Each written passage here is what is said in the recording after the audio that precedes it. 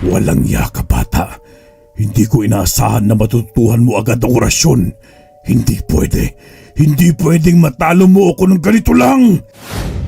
Wala ka nang magagawa pa, Odong. Hindi ka na makakakilos ngayon. Tumalab na ang orasyon laban sa'yo. Ang tanging gawin mo na lamang ay ang makinig sa akin. Magsisi ka na sa mga kasalanang nagawa mo. Sino ka para pakinggan ko? Wala akong pagsisisi sa mga nagawa ko. Ang lahat ng iyon ay dapat ko lang gawin para sa plano ko.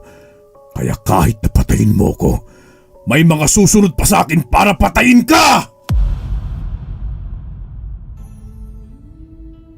Isang magandang araw, Karine, Sir Froy at sa mga masugid na tagapakinig ng Ang Manlalakbay Channel. Itago niyo lamang ako sa pangalang Abraham. Tulad ng mga nagbahagi ng kanilang mga kwento sa inyong channel, ay may karanasan din akong hindi ko malilimutan. Ang buong pangyayari na aking ibabahagi sa inyo ay nangyari noong taong 1978. Sa isang liblib na baryo ng Capiz ako naninirahan kasama ang aking mga magulang at ang aking kapatid na si Lando. Bata pa lamang kami ng aking kapatid ay hindi na namin naranasan ang tunay at wagas na pagmamahal mula sa aming mga magulang hanggang sa kami ay magbinata. Madalas ay napapaisip ako kung bakit kami ipinanganak. Baka kaya kami dumating sa mundo ay para lamang maging katuwang nila sa mabibigat na gawain sa bukid. Ang araw-araw naming buhay ay umiikot lamang sa pagtatrabaho sa bukid, mula sa pagtatanim hanggang sa pag-aani ng mga mais. Minsan pa nga, sinasama kami ni tatay sa tubuhan upang gumapas ng tubo at magbuhat ng mga mabibigat na mga dahon nito. Sa sobrang bata at payat namin ng aking kapatid, halos butot balat na lang kami noon, dala na marahil ng labis na pagod at kakulangan sa pagkain. Walang araw na hindi ko nararamdaman ang hirap, pero hindi ko ito masabi sa kahit kanino. Kaya ang aking mga hinaing at sakit ay iniiyak ko na lamang ng palihim. Sabay dasal sa Diyos na sana'y magkaroon kami ng buhay na may kaunting saya, pag-asa at pagmamahal. Minsan din ay pumupunta ako sa gubat para doon magpalipas ng oras at ang maglabas ng aking saloobin tungkol sa aking mga magulang.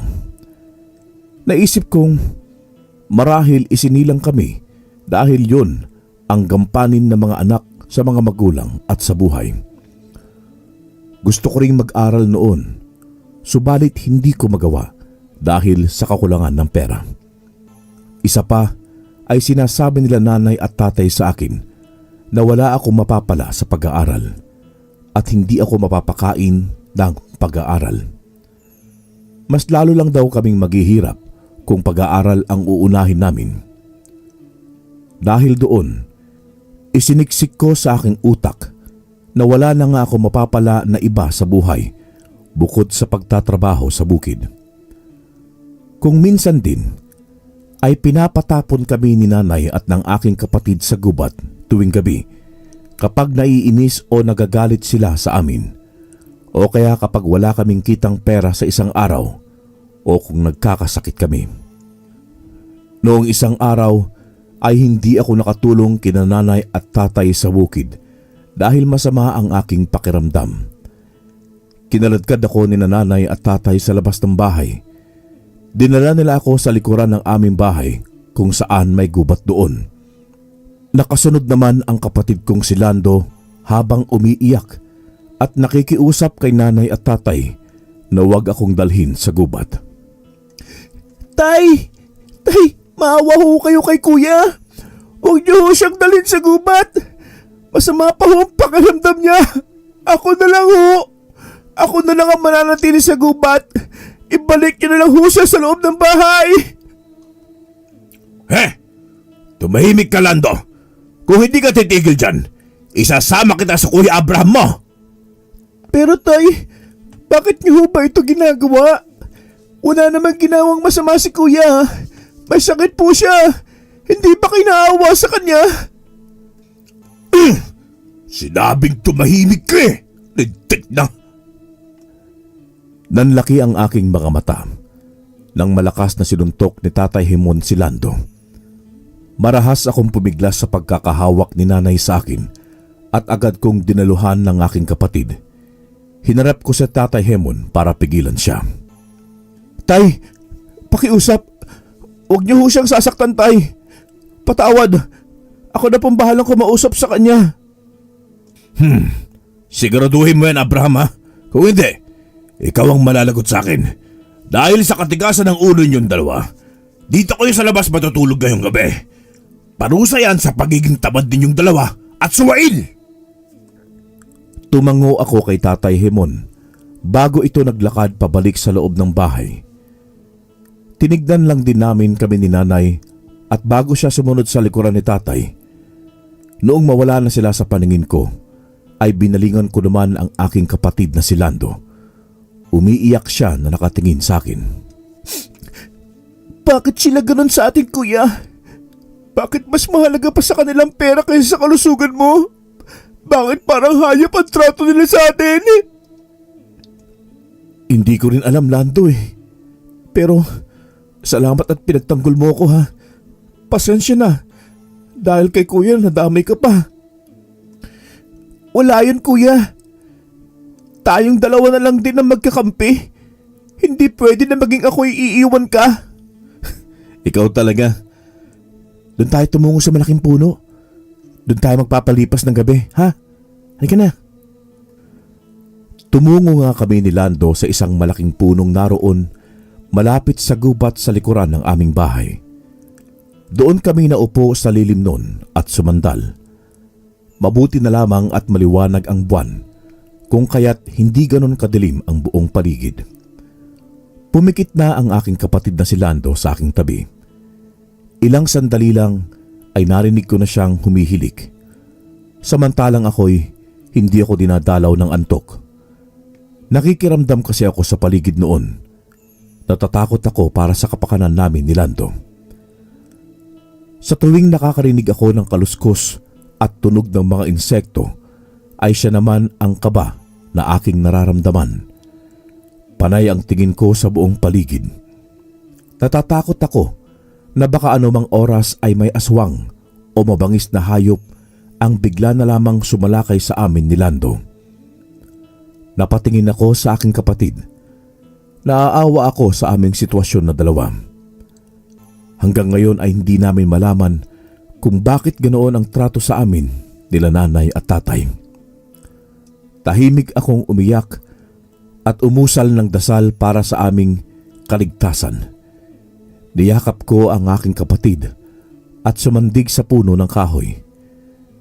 Nakatingin ako sa mga alitap-tap na sumasayaw sa isang puno ng kahoy na nasa unahan ko lang. Natatakot ako dahil baka may isang kapre doong naninirahan at baka naistorbo ko siya sa kanyang pagpapahinga. Nagdasal na lamang ako na walang mangyari sa aming masama ni Lando at manatiling ligtas hanggang sa sumikat ang araw. Ilang sandali ang lumipas. Nakarinig ako ng malakas na kaluskos sa hindi kalayuan. Ang kasunod nun ay ang kakaibang alulong ng aso. Nagtayuan ang mga balahibo ko sa katawan at maging batok. Napasinghap ako nang lumitaw mula sa malalagong damo ang isang napakalaking itim na aso. Bumilis ang tibok ng puso ko at hindi ako nakagalaw sa aking kinaupuan. Nanginginig ang buo kong katawan ng mga sandaling yon. Bigla ko na lamang naramdaman si Lando na hinihila ko.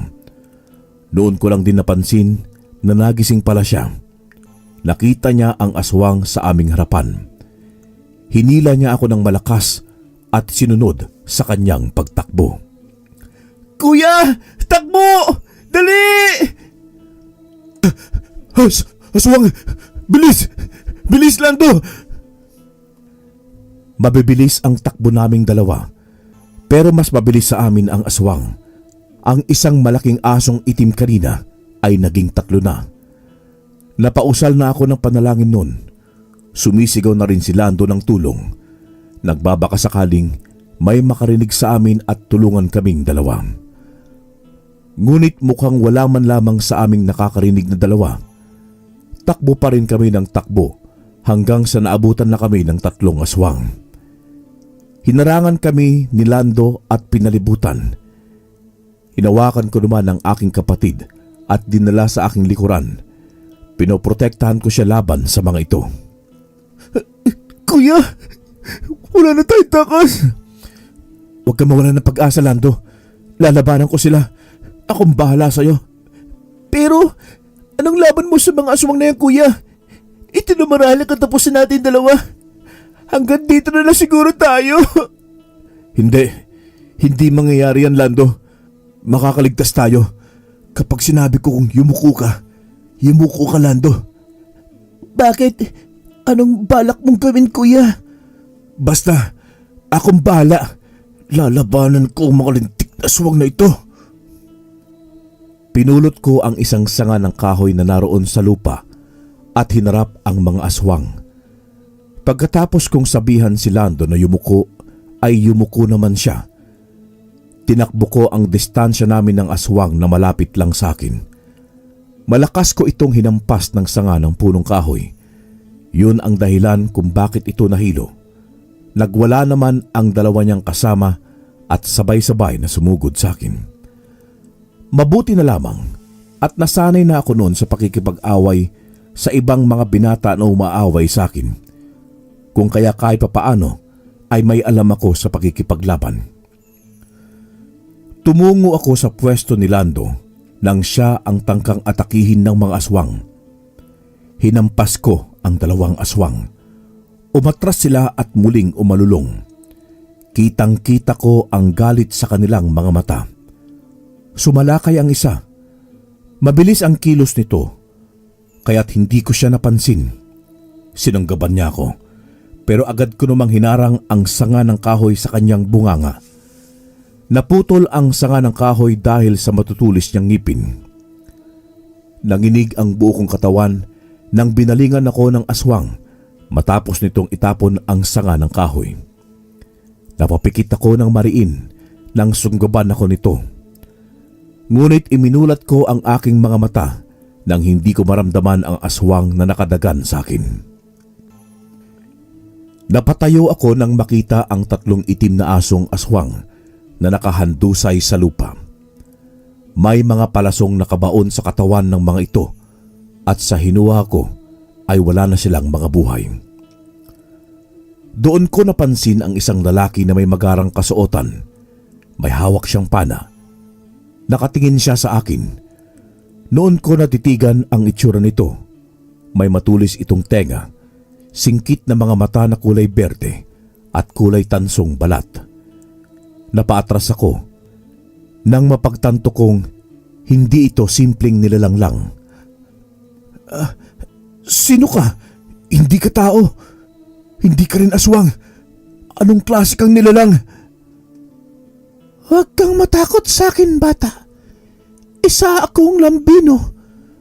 Ako ang diwatang lalaki na nangangalaga sa kagubatang ito. Kanina ko pa kayo pinagmamasdan ng iyong kapatid hanggang sa habulin kayo ng mga aswang. Araw-araw kitang sinusubaybayan sa tuwing dumaraan kayo rito sa gubat at sa tuwing iniiwan ka rito ng iyong mga magulang. Mukhang galit na naman ang mga magulang mo sa inyong magkapatid. Hindi ko alam ng mga sandaling yon kung bakit naging panatag ang loob ko habang nakatitig sa lalaking diwata. Alam kong hindi siya normal na tao lang at isa siyang tagapangalaga ng gubat na yon. Pero wala akong maramdaman na pangamba mula sa kanya. Sa halip ay mas naging panatag ang aking loob. Idagdag pa na iniligtas niya kaming dalawa ng aking kapatid mula sa 3 aswang. Huminga ako ng malalim sa kabinalingan ng aking kapatid na si Lando. Walang malay ang kapatid ko nang lapitan ko siya. Natutulog lamang siya, Abraham. Huwag kang mag-alala. Ligtas siya. Bukas ay magigising din siya. Ginawa ko siyang patulugin para makausap kita ng masinsinan. Salamat sa tulong mo. Kung hindi dahil sa'yo, baka napatay na kami ng kapatid ko ng mga aswang. Saka bakit mo ako kilala? Ikaw, anong pangalan mo? Saka bakit mo naisipan na magpakita sa akin? Ang pangalan ko ay Ambi. Matagal na kitang kilala, Abraham. Kilala na kita noong bata ka pa. Noon pa'y gusto ko na talaga sa iyong makipagkaibigan. Nakikita ko may maganda kang kalooban at kabutihang asal. Pinapahalagahan mo ang mga taong mahal mo sa buhay at handa ka ring tumulong sa iyong kapwa. Wala namang problema sa akin na maging kaibigan ka, Ambi. Masaya ako dahil may isang katulad mo ang naninirahan sa gubat na ito. Maraming salamat sa pagtanggap sa akin, Abraham. Ngunit hindi lang yun ang sadya ko ng pagpapakita ko sa iyo. Ha? Anong ibig mo sabihin? Huwag mong sabihin na isasama mo ako sa mundo mo. Hindi ako papayag. Hindi ako sasama sa iyo. Hindi yun ang gusto kong mangyari, bata. Hihingi ako sa iyo ng tulong. Tulong na alam kong ikaw lang ang makakagawa. Anong tulong?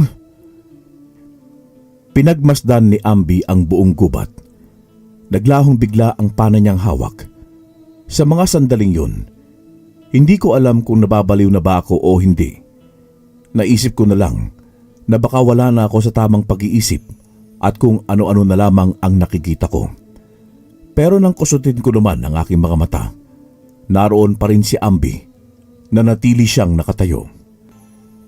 Nasa panganib ang mga tao sa inyong baryo, Abraham.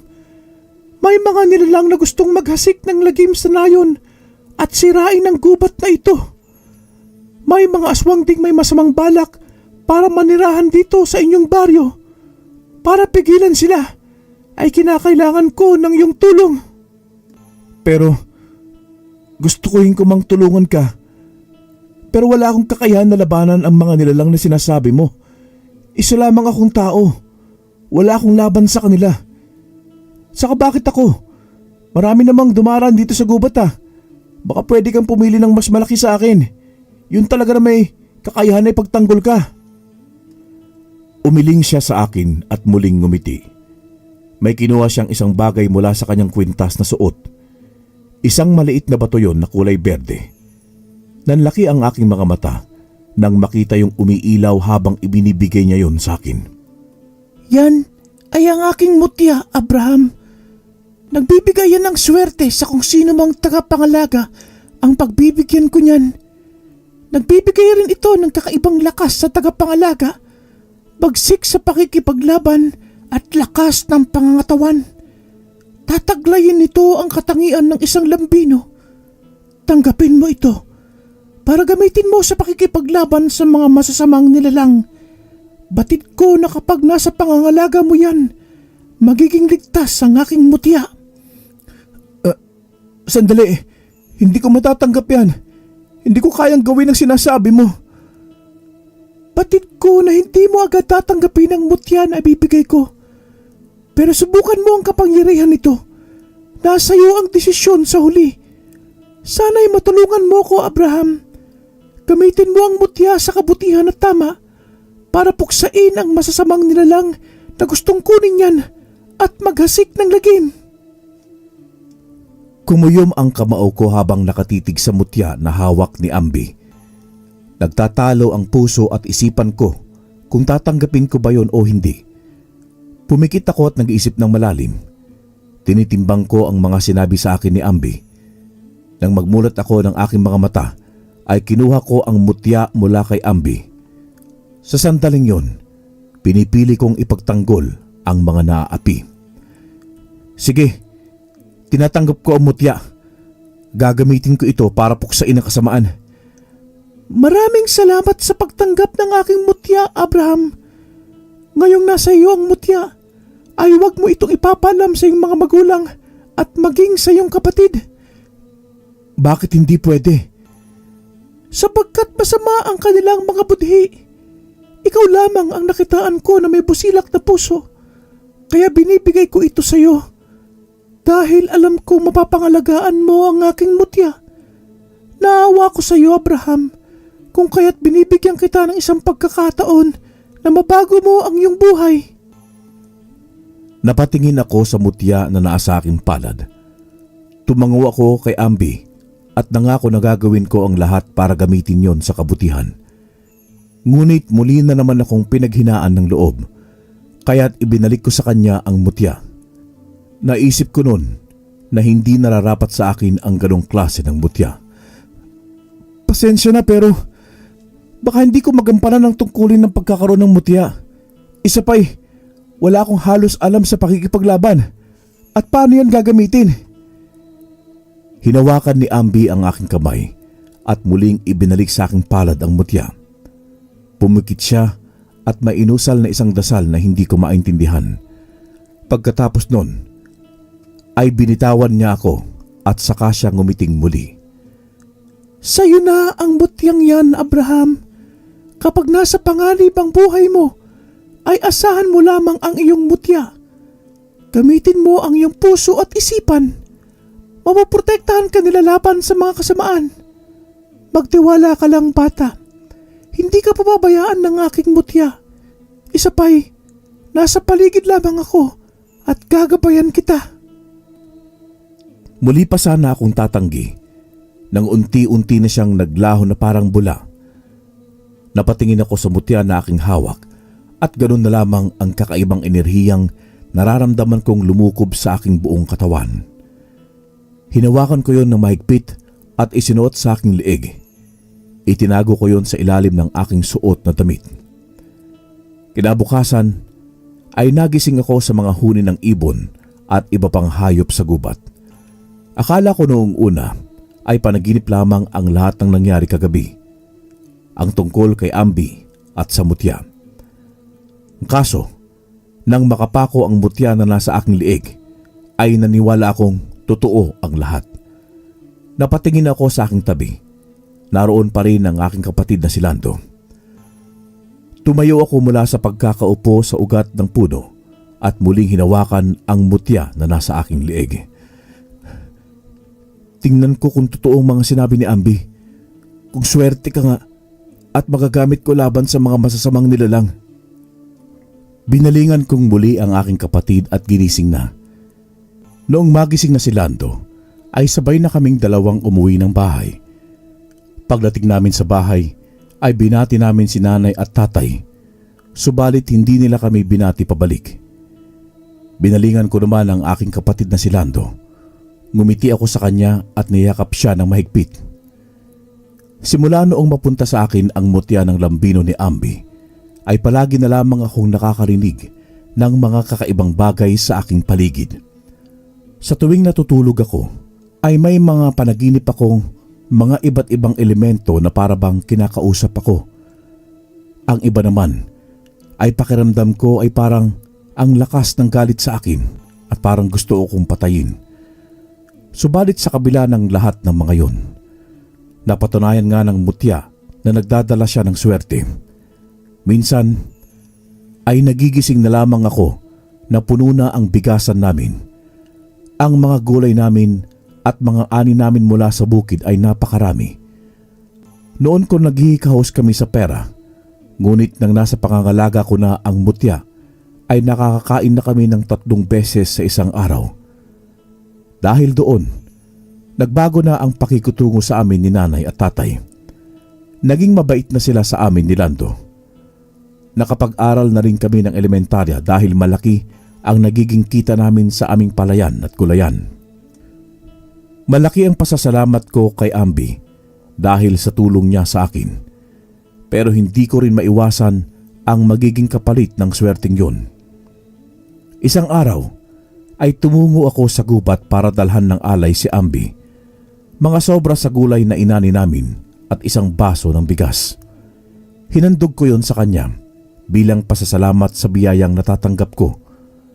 Kaya kahit hindi na siya nagpapakita sa akin, ay ipinagpapatuloy ko pa rin ang pagdalaw sa kanya. Yun ay dahil bilang pagtanaw ng utang na loob at ang pasasalamat na rin sa biyaya niyang ibinigay sa akin noon. Matapos kong magdasal at mag-alay ay naisipan ko nang umuwi. Ngunit bigla akong natigilan sa aking paghakbang nang may isang nilalang na lamang ang bigla na lamang lumitaw sa gubat. Dumilim bigla ang paligid at naggalawan ang mga sanga ng punong kahoy. Tinitigan ko ang nilalang na nasa aking harapan. May mga mapupulang mata ito. Para itong isang kalabaw, subalit nakakatayo tulad ng isang tao. Umuusok ang kanyang ilong habang nakatingin sa akin. Unti-unti akong umatras habang hawak-hawak ko ang mutyang nakasabit sa aking liig.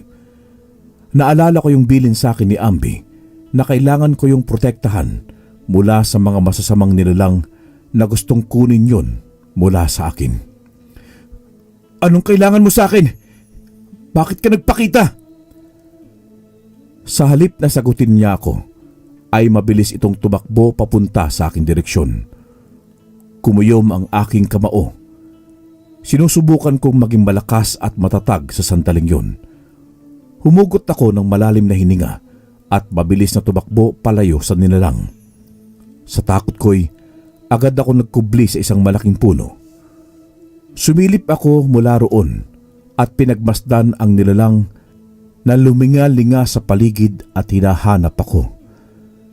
Napapikit ako ng mariin at taimtim na nagdasal na sana'y hindi ako pabayaan at hindi ko hayaan na mapatay nito. Pagkatapos kong dasalan ng Latin ang mutya ng lambino, ay naglaho ang takot na naramdaman ko sa aking dibdib.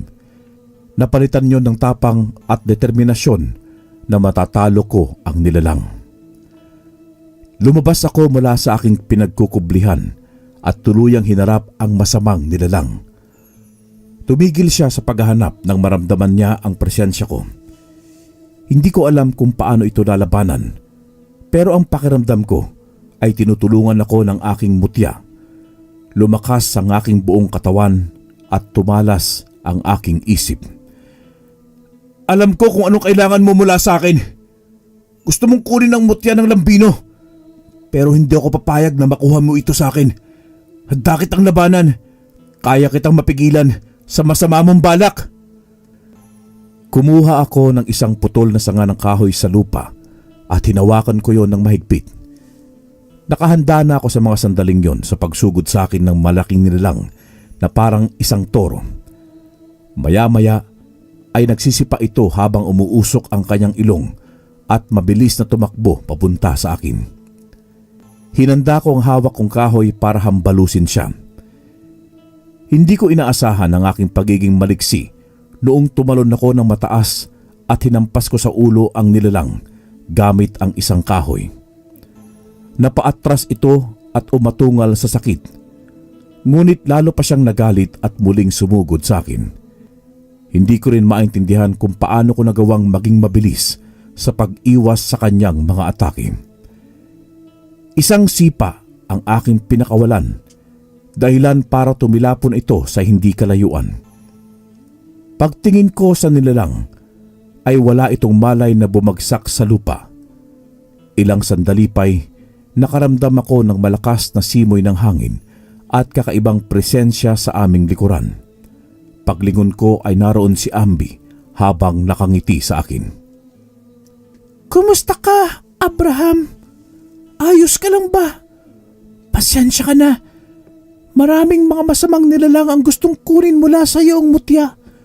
Gusto nilang maging mas malakas at pagharian ang buong kagubatan. Ayos lang ako, Ambi. Huwag kang mag-alala. Gagawin ko ang lahat para maprotektahan ang nayon na ito at ang mutya mula sa kanila. Kung ganon, ay tanggapin mo itong pana. Magagamit mo yan sa pakikipaglaban at ipagtanggol ang iyong sarili. Ibinigay niya sa akin ang kanyang pana bago ako tinapik sa aking balikat. Kinuha ko, saka ko yon pinakatitigan. Naramdaman ko na konektado yon sa aking mutya. Maraming salamat dito, Ambi. Asahan mong gagamitin ko ito ng tama. Pakakaingatan ko rin ito para hindi masira. Asahan ko yan, aking kaibigan. Alagaan mo ang aking mutya at ang pana. Sa ganoon, magtatagumpay ka sa lahat ng pagsubok at labanan na darating. Pagkatapos yung sabihin ni Ambi, ay muli na naman siyang naglaho sa aking harapan. Noong umuwi ako sa bahay ay pinag-isipan ko ng mabuti kung paano ko poprotektahan ng mutya. Alam ko na hindi lang yung nilalang na masama ang makakalaban ko, kundi may mga parating pa. Naghihintay lamang sila ng magandang panahon para salakayin ako. Simula noon ay parati na akong nag-iensayo sa likuran ng aming bahay. Minsan ay naabutan pa ako ng aking kapatid. Kuya, anong ginagawa mo? Pansin ko, madalas ang pag-iensayo mo kung paano makipaglaban na. Nagsasanay lang ako, Lando. Gusto ko maging malakas, lalo na't palagi tayo nagbubuhat ng mga sako-sakong palay at gulay. Isa pa, kung sakali man na may makaaway tayo, may laban tayo sa kanila. Lalo na kapag muli na naman tayong salakayin ng mga aswang. Tama ka, kuya. Turuan mo din ako kapag hindi ka naabala, ha? Gusto ko rin matuto sa pakikipaglaban na ipagtanggol ko rin ang aking sarili. Tumango ako bilang pagpayag sa gusto ni Lando. Gustong-gusto ko nang sabihin sa kanya ang tungkol sa mutya. Subalit hindi ko pa rin sa kanila pwedeng sabihin ang tungkol doon.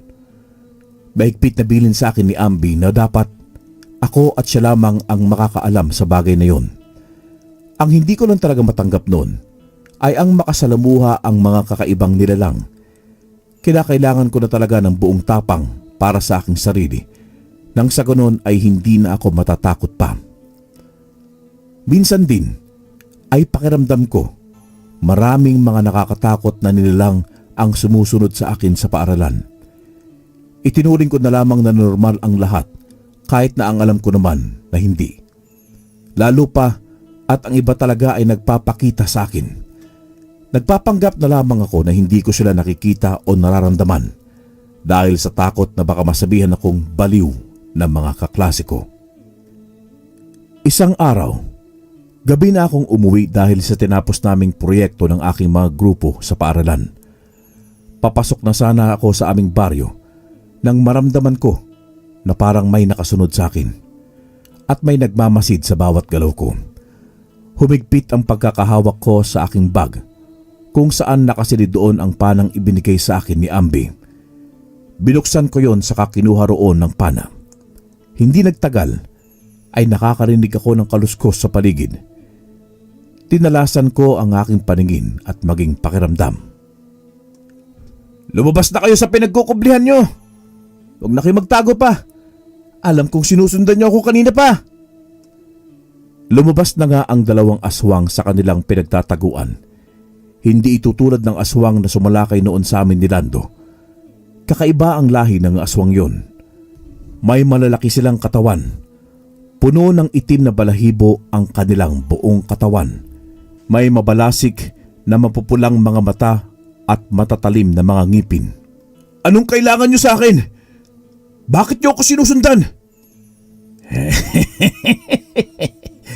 Kinikilala lang namin ang bagong antingero na may tangan ng mutya ng lambino. Hindi namin nakalain na isa ka lamang palang ordinaryo. Hindi ka karapat-dapat na mga laga ng mutyang yan. Ibigay mo na lamang sa amin yan, bata! At bakit ko na maibibigay sa inyong mutyang ito? Anong paggagamitan nyo rito? Bukod sa may kapangyarihan ng mutyang yan, ay nagbibigay rin yan ng swerte.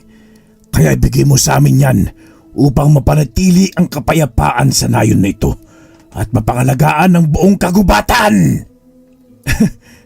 Pasensya ka na, pero wala akong balak na ibigay sa inyong mutyang ito. Malaking bagay ang pinagkaloob nito sa akin.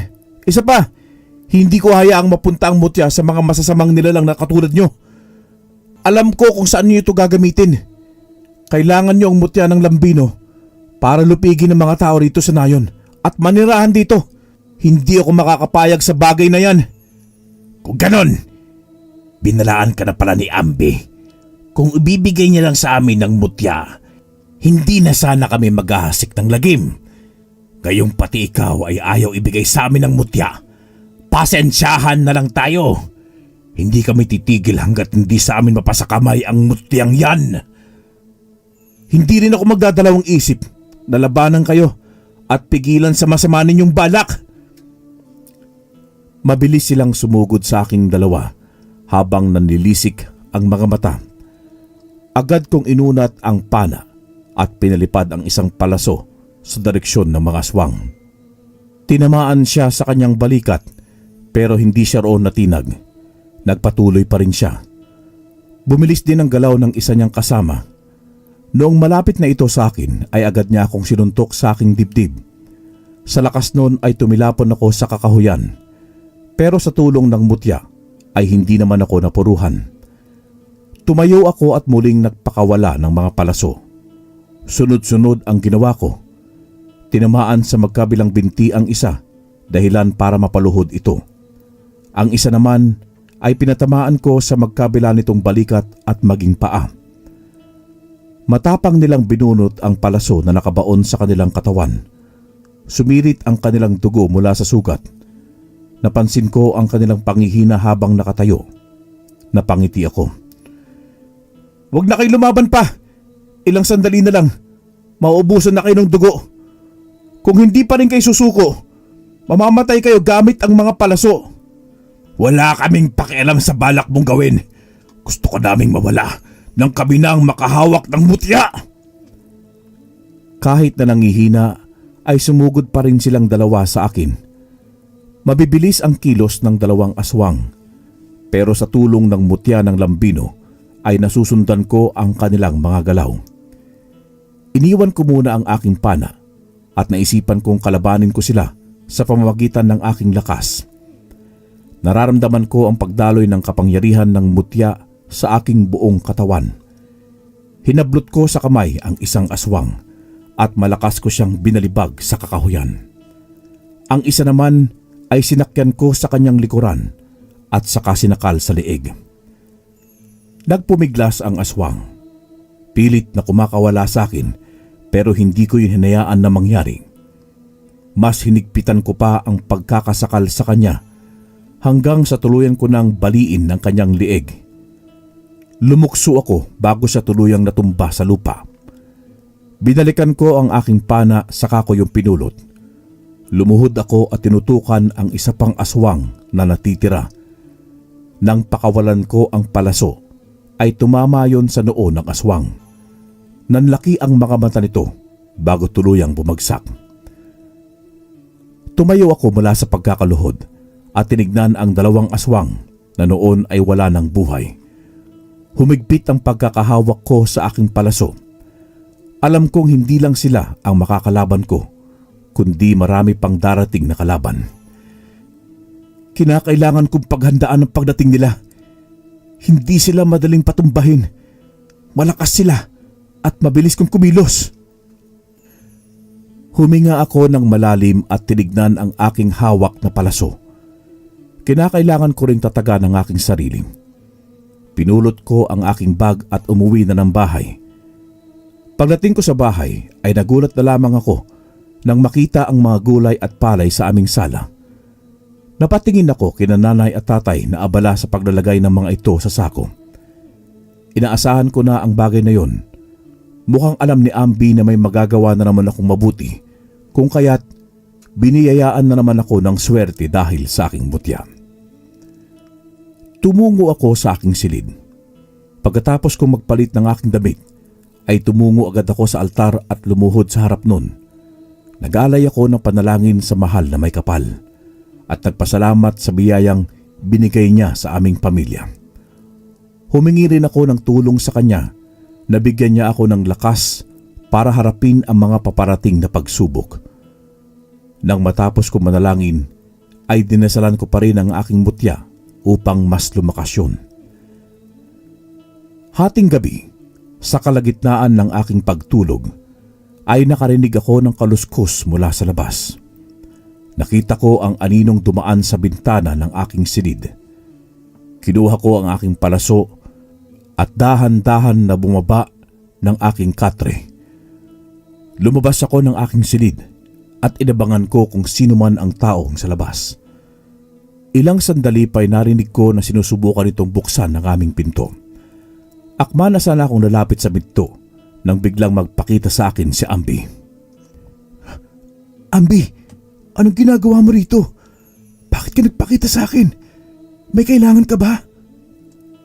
May mga aswang sa labas ng inyong bahay, bata.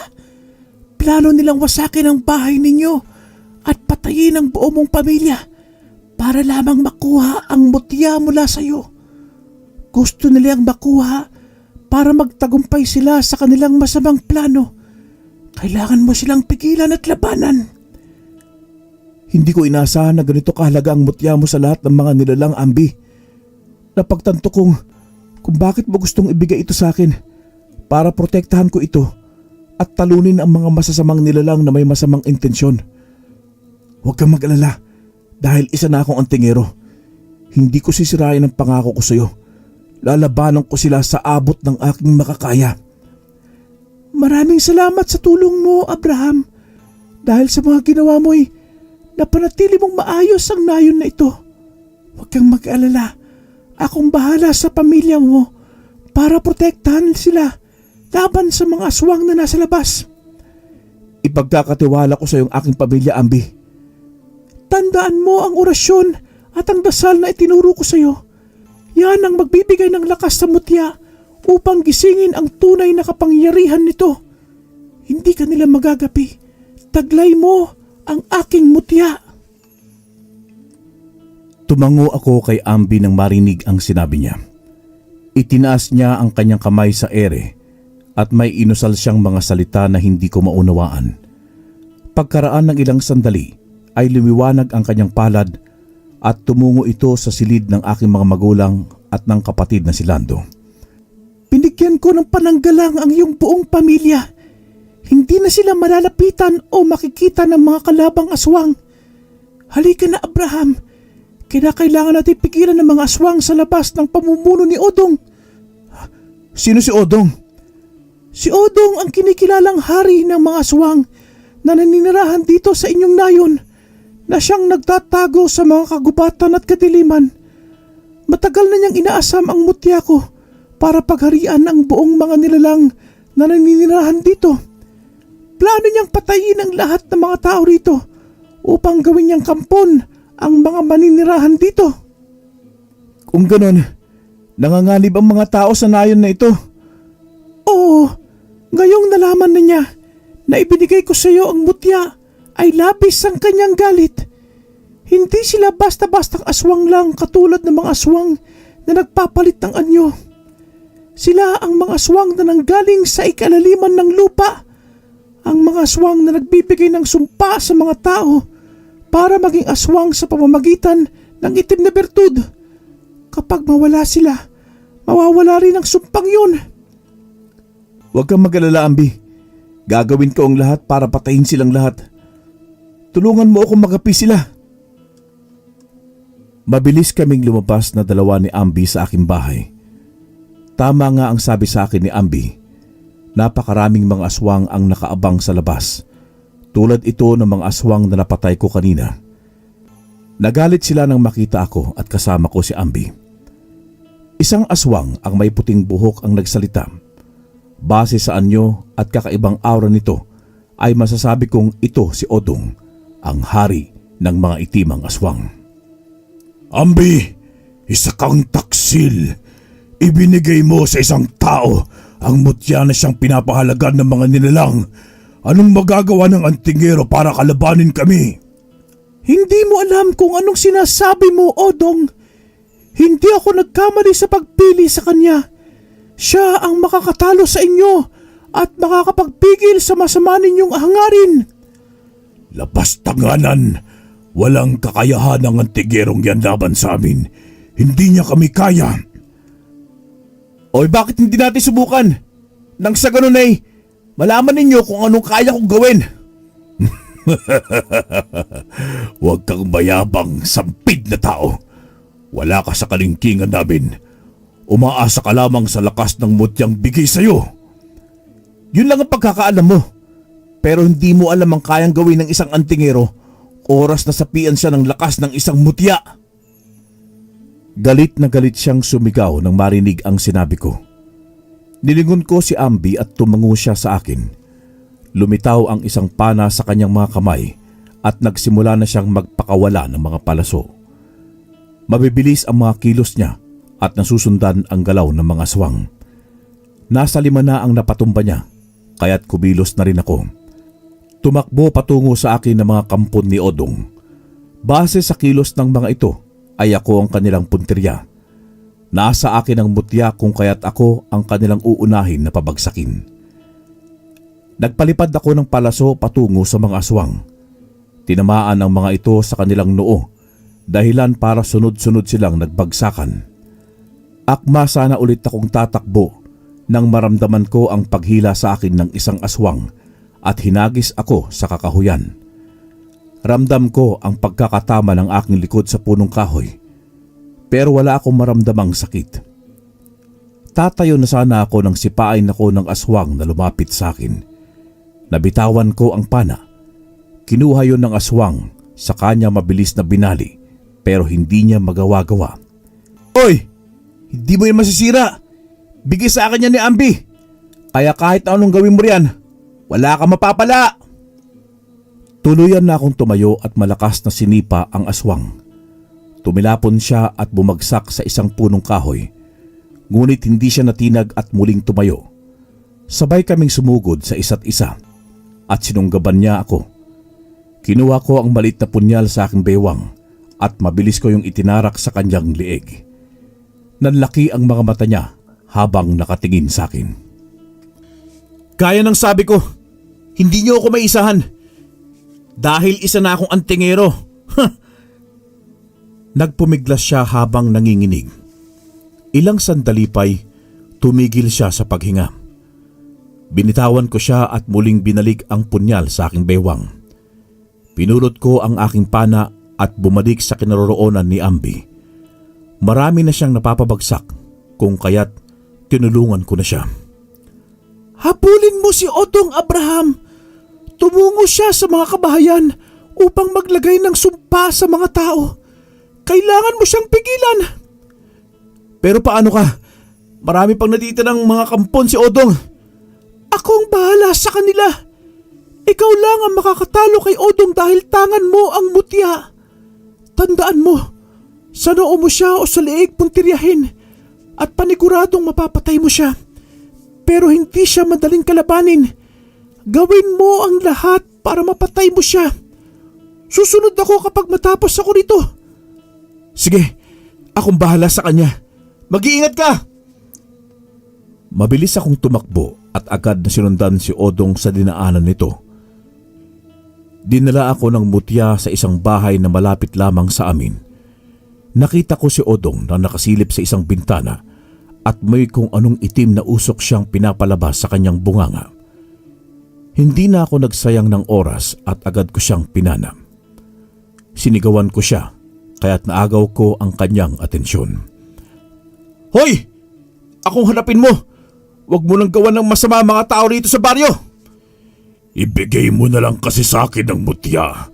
Nang sa ganon, matapos na ang problema mo, bata.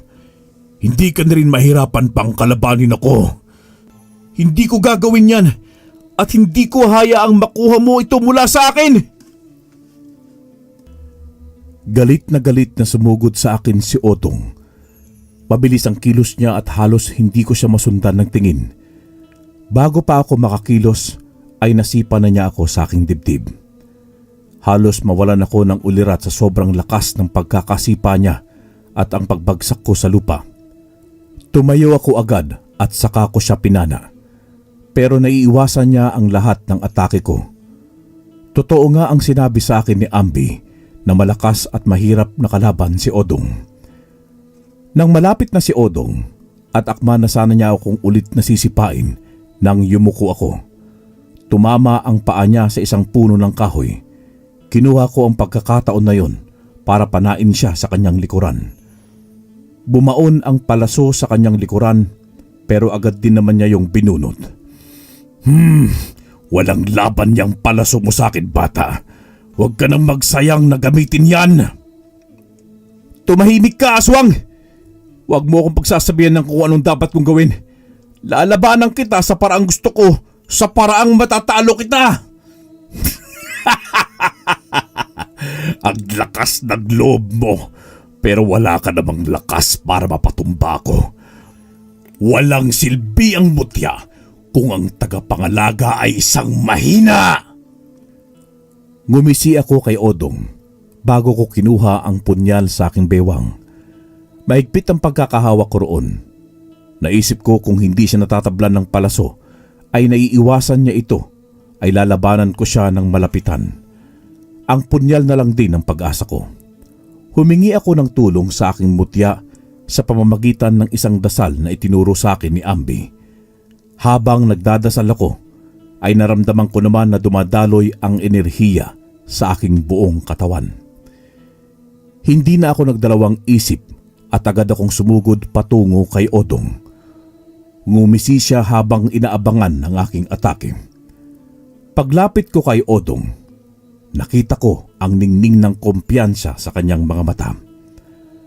Alam kong inaasahan niyang madali niya ako mapapabagsak, pero sa kabila ng kanyang pagngiti, ramdam ko ang bigat ng enerhiyang dumadaloy mula sa aking mutya.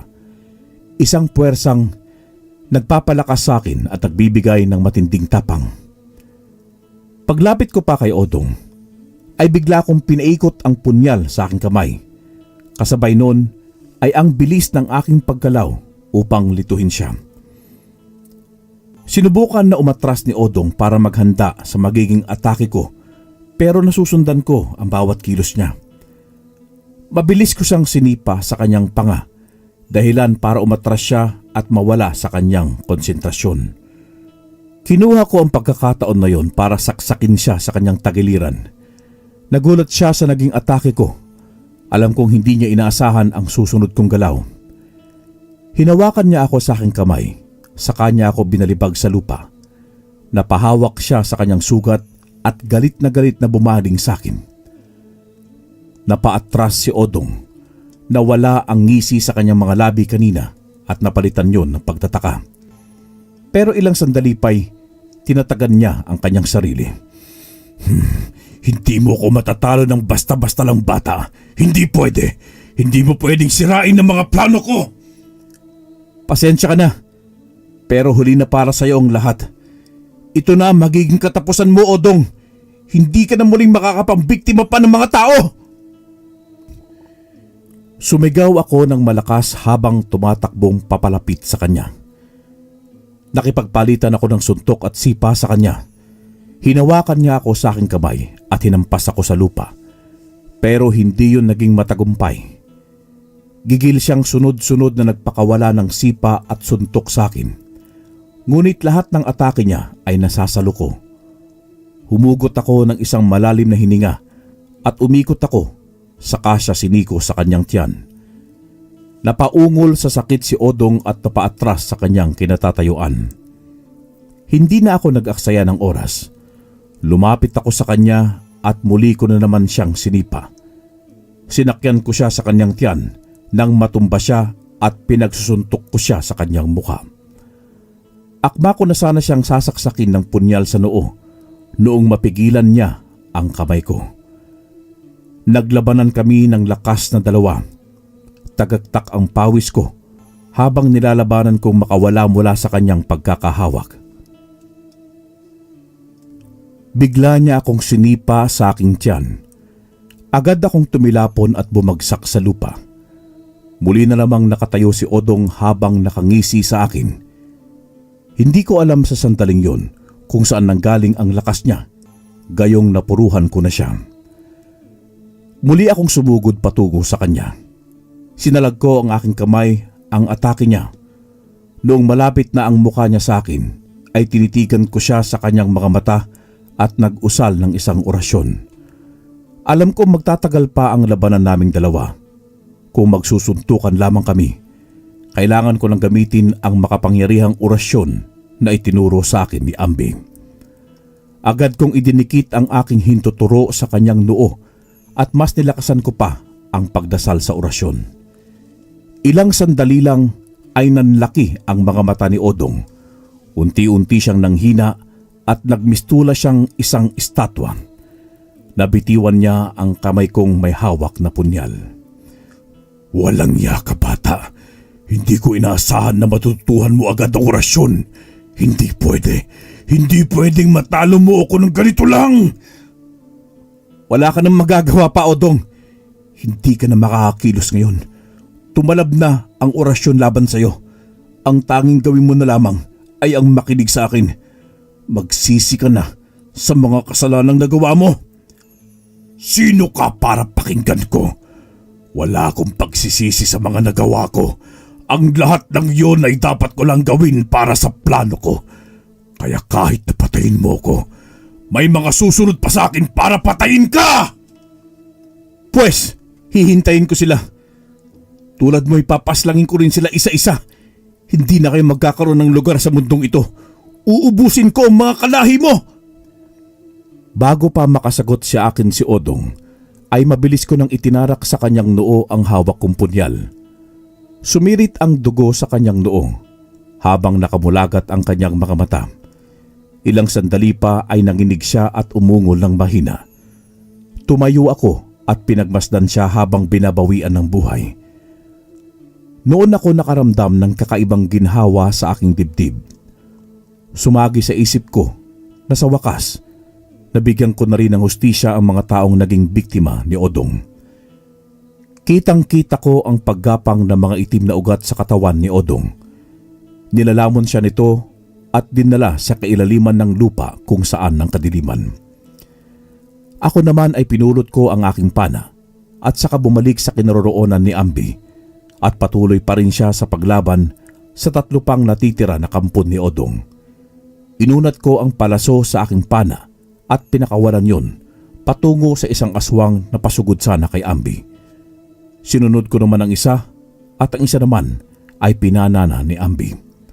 Nang matapos ay lumapit ako sa kanya.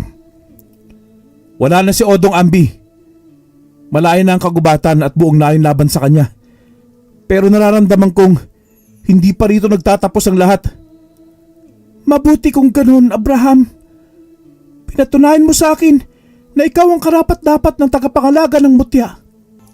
Tulad ng sabi ko sa iyo, ingatan mo yan at gamitin sa tama. Sana'y magtagumpay ka pa sa mga susunod mong laban. Maraming salamat sa iyo, Ambi. Kung hindi rin dahil sa iyo, ay hindi ako magiging isang antingero. Salamat din at tinulungan mo akong labanan si Odong at maprotektahan ang pamilya ko. Tumango lamang sa akin si Ambi at niyakap niya ako ng mahigpit. Nagpaalam din siya agad sa akin pagkatapos niyang sabihin sa akin ang mga habilin niya. Paglaho niya ay agad din akong pumasok sa loob ng bahay. Sinara ko ang pinto at tumungo sa silid ng aking mga magulang at sa silid ni Lando. Napahinga ako ng maluwag nang walang masamang nangyari sa kanila. Gaya nga ng pangako ni Ambi, pinoprotektahan niya ang mga mahal ko sa buhay. Simula noon, ginampanan ko na ang aking pagiging isang antingero. Pinapaslang ko ang mga aswang na may masamang hangarin sa aming nayon hanggang sa unti-unti na silang nagtago sa dilim at hindi na nakapaminsala pa. Pero hanggang ngayon ay nanatili pa rin sa akin ang mutya ng lambino.